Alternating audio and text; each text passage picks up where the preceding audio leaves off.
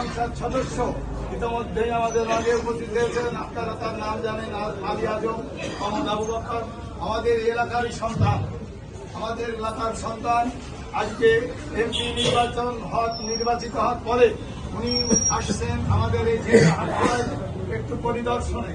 উনি হাটখোলার বিভিন্ন দিক উনি খোঁজখবর নেবেন।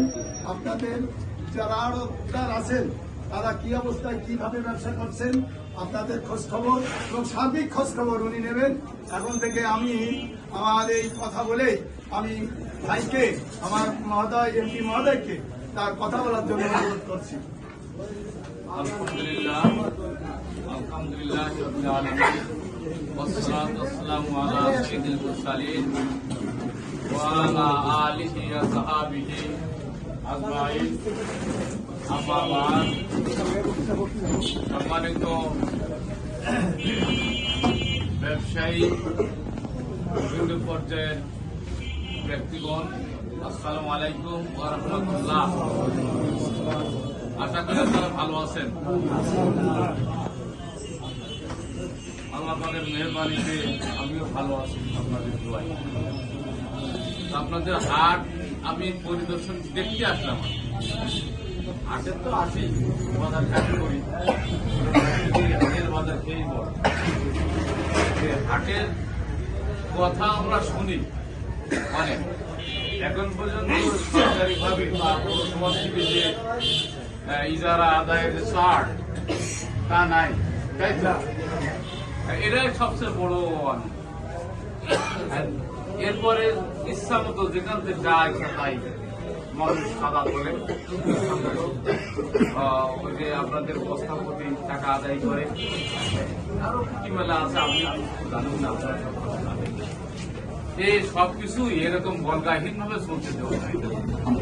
আপনারা যারা দীর্ঘদিন এই হাটের সাথে জড়িত আছেন, ব্যবসা বাণিজ্য করেন, এর সাথে বিভিন্নভাবে আপনারা সংশ্লিষ্ট আছেন, এদের আপনারা ভালো বলবেন। আমাদের বক্তব্য হলে এখানে অনিয়ম রাখা যাবে, দুর্নীতি রাখা যাবে। নির্বাচনের আগে দুর্নীতির বিরুদ্ধে জিরো টলারেন্স, এটা আমি বেশি ঘোষণা দিয়ে পেরেছি। এখন বাস্তবায়ন করার সময় এসেছে, আর এই বাস্তবায়নটা আপনাদের নিয়েই করছি, আপনাদের নিয়ে আমি করছি। যারা ব্যবসায়ী, তারা ব্যবসা করে, যারা ক্রেতা তারা ক্রয় করতে আসবে। এই শুনলাম যে একজন বেশি বাজারে পেয়েছে, বেশি বাজারে দিয়ে নিয়েছিল, তাকেও খাজনা দিতে হবে। এই সমস্ত কথা, অনেক কথা কানে আসে। এই অনিয়মগুলো রাখা যাবে, সেটা নিয়ম থাকবে। বাজারে একটা চার্ট থাকবে, এই চার্ট অনুযায়ী মূল্য নির্ধারণ হয় এবং সেই অনুযায়ী চলবে। তাহলে একটা সুষ্ঠু বিষয় মানে চলতে পারে। কিন্তু এরকম কোন চার্ট থাকবে না, অনির্ধারিত ভাবে যা ইচ্ছা তাই ব্যবসায়ীদের ক্ষতি করা হবে, ক্রেতাদের ক্ষতি করা হবে।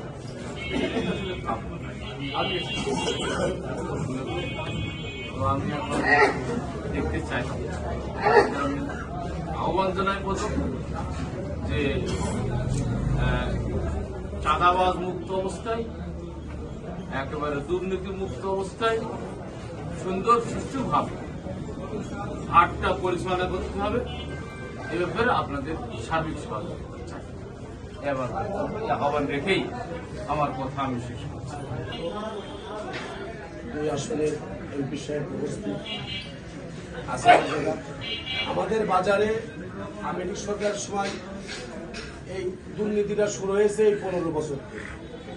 এই খাজনাতে শুরু করে অত্যাচার, সাদা মাদা শুরু হয়েছে এই 15 বছর ধরে। সেই নিয়মই এখন চলে আসছে। আপনার কাছে একটাই দাবি, এমপি সাহেবের কাছে একটাই দাবি যে আমাদের বাজারে বাইরের লোকজন আসে মাল কিনতে আসে, মান অবমাননা হয় বা খাজনা বেশি হয়, এইটাই আপনাদের আমাদের আশা, এইটাই আপনি দেখবেন।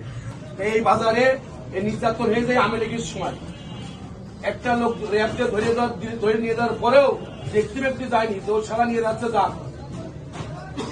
এই হচ্ছে বাজারে আমাদের কালচার। আপনাকে একটাই দাবি এমপি মহোদয়ের কাছে দাবি যে এই বাজারটা যাতে সুস্থভাবে এই বাজারটা চলে, যাতে মানুষ অত্যাচার না হয়, বাড়ির লোকজন মাছ কেনাকাটা করতে আসে, এইগুলি বক্তব্য রাখছি। কোন জায়গায় হয় নির্দিষ্ট করে বললে পদক্ষেপ নিতে সমাজ কোন জায়গায় কি হয়। আর কেউ বলবেন? জি, আমাদের সাবেক সভাপতি আড়তদার কমিটির সাবেক সভাপতি আব্দুল গফুর আপনাদের সামনে এই বাজারের বিষয় নিয়ে সুবিধা এবং অসুবিধা নিয়ে আপনাদের সামনে কথা বলছি। বিষয়টা হচ্ছে যে সরকার থেকে অনিয়ম কিছু কাজ করে এই বাজারে অনেকবার ক্যাসাল হয়েছে, গন্ডগোল হয়েছে, কাজ লাগে আমাদের। আমরা যখন চার্ট চাইতে যাই তখন পৌরসভা পাই চার্ট আমাদের কাছে ডিওল অফিসে, ওইখানে যান ডিওল অফিসে গেলে আমাদের চার্ট দেয় না, বা পৌরসভায় যান। এইভাবে আমাদের অনেক হয়রানি করেছে। করার পর আমরা তথ্য জানতে পারলাম যে 89 সালে সরকার একটা চার্ট তৈরি করেছিল, তারপর আর সরকার চার্ট তৈরি করেনি। জিওনো সরকার আমি কোথাতে চার্ট দেবো, সরকারি চার্ট তৈরি করিনি, আমি আপনাদের কোথাতে চার্ট দেবো। চার্ট আমার দেওয়ার মতো কায়দা নেই, আপনারা পৌরসভায় কালেকশন করে পৌরসভায় চলে যায়।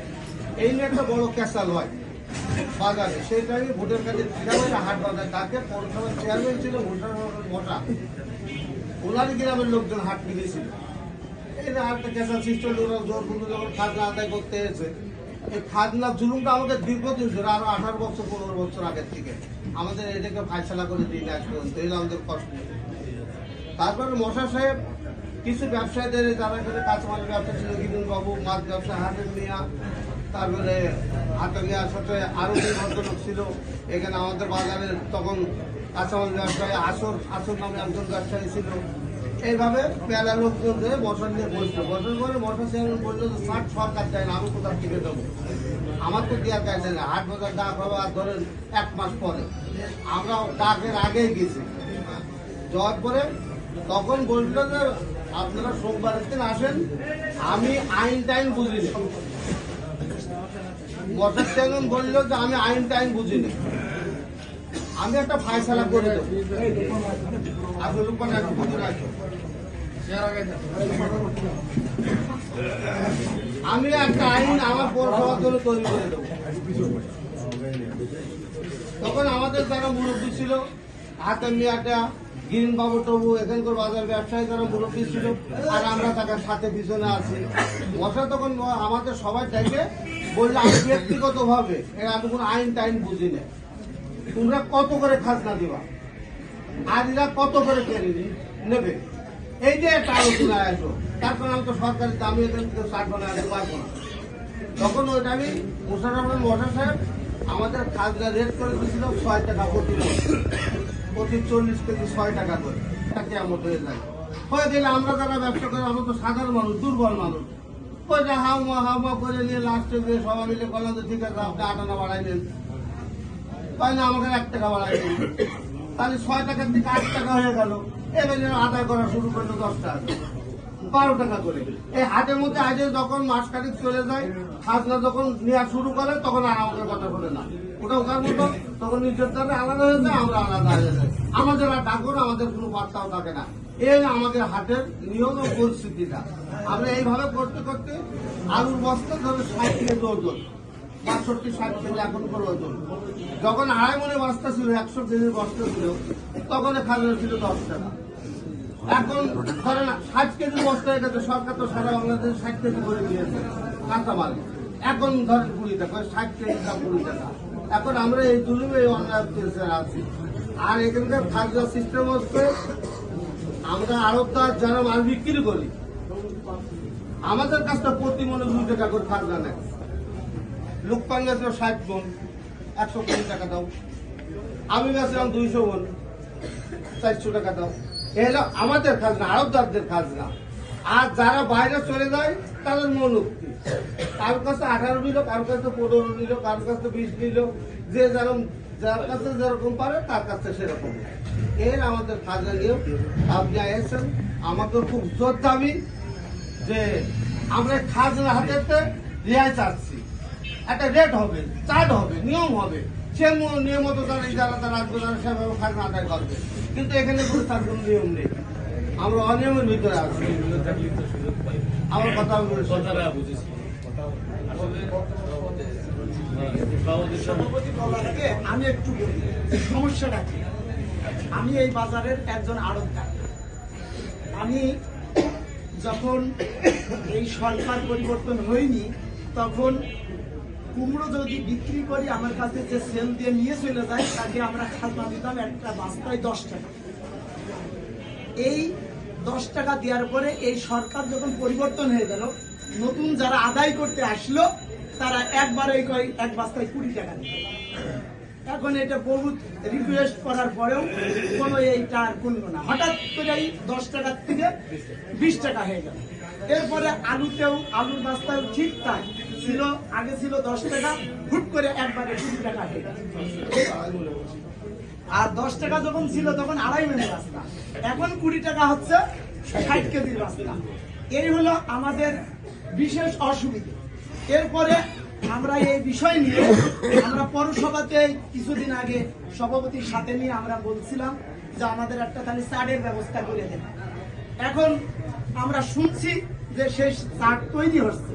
এরপরে আমরা অন্য একটা মাধ্যম দিয়ে জানতে পেরেছি যে চার্ট তৈরি হয়েছে, কিন্তু সেই চার্টটা তৈরি হয়েছে যে 20 টাকা বস্তায় খাজনা দেওয়া হয়তো চার্টে তৈরি হচ্ছে সেই 20 টাকা। এরপরেও আমার মিডিয়ার মাধ্যমে আমি দেশবাসীর কাছে জানতে চাই যে খাজনা মন প্রতি হবে না পটল, উস্তে, ডাল, এটা এক একটা মালের এক এক রকম খাজনা হবে। আমি যতটুকু আমার দাবি হচ্ছে যে প্রত্যেকটা মালের একটা ওজন আছে, সেটা পটল হোক, সেটা উস্তে হোক, সেটা ঝাল হোক আর সেটা বেগুন হোক, এই প্রত্যেকটা মন 10 টাকা মন হোক। এই মন হিসেবে যাতে আমাদের ইজারা দ্বারা নেবে তাদের প্রতি এই মিডিয়ার মাধ্যমে জানাতে চাই যে আপনারা এমন কায়দায় হাটটা ডেকে আনবেন যাতে করে আমাদের কাছ থেকে 10 টাকা মন করে আদায় করে নিয়ে আপনাদের ব্যবসাটা চালাতে পারেন। এই জায়গার সুবিধে কি? সুবিধে হলো যখন আমাদের এই 10 টাকারটা 20 টাকা নিচ্ছিল, নেওয়া শুরু করলো, তখন আমরা যে মালগুলো আমদানি করে নিয়ে আসছিলাম এখান থেকে কুষ্টিয়ায় যাচ্ছিল, এখান থেকে মাগুরায় যাচ্ছিল, এখান থেকে কালীগঞ্জ যাচ্ছিল, এই 10 টাকার 20 টাকা হওয়ার সাথে সাথে ওই সমস্ত ব্যাপারীপত্র আমাদের আশা বন্ধ হয়ে গেছে। আমাদের মূল সমস্যাটা এটা।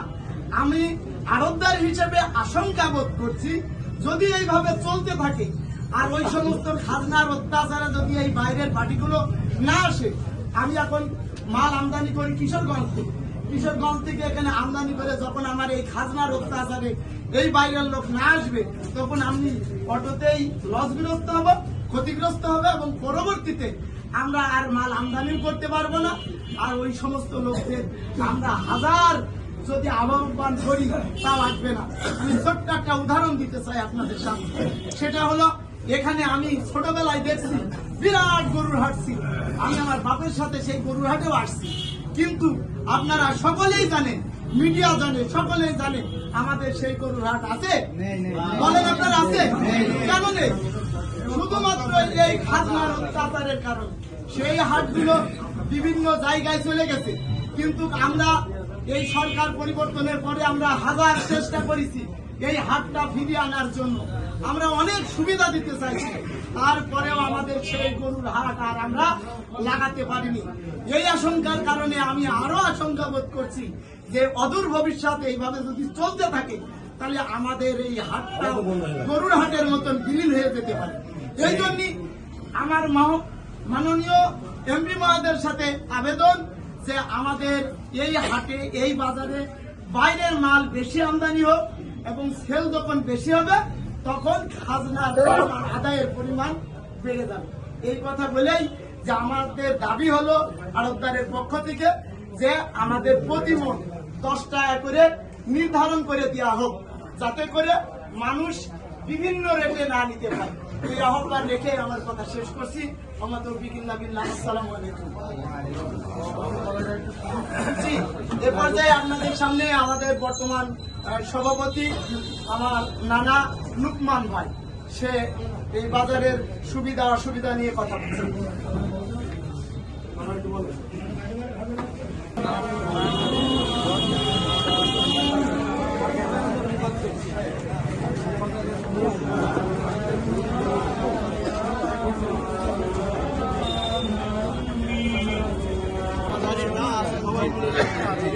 ব্যাপারে আপনারা আমাদের অবশ্যই সচেতন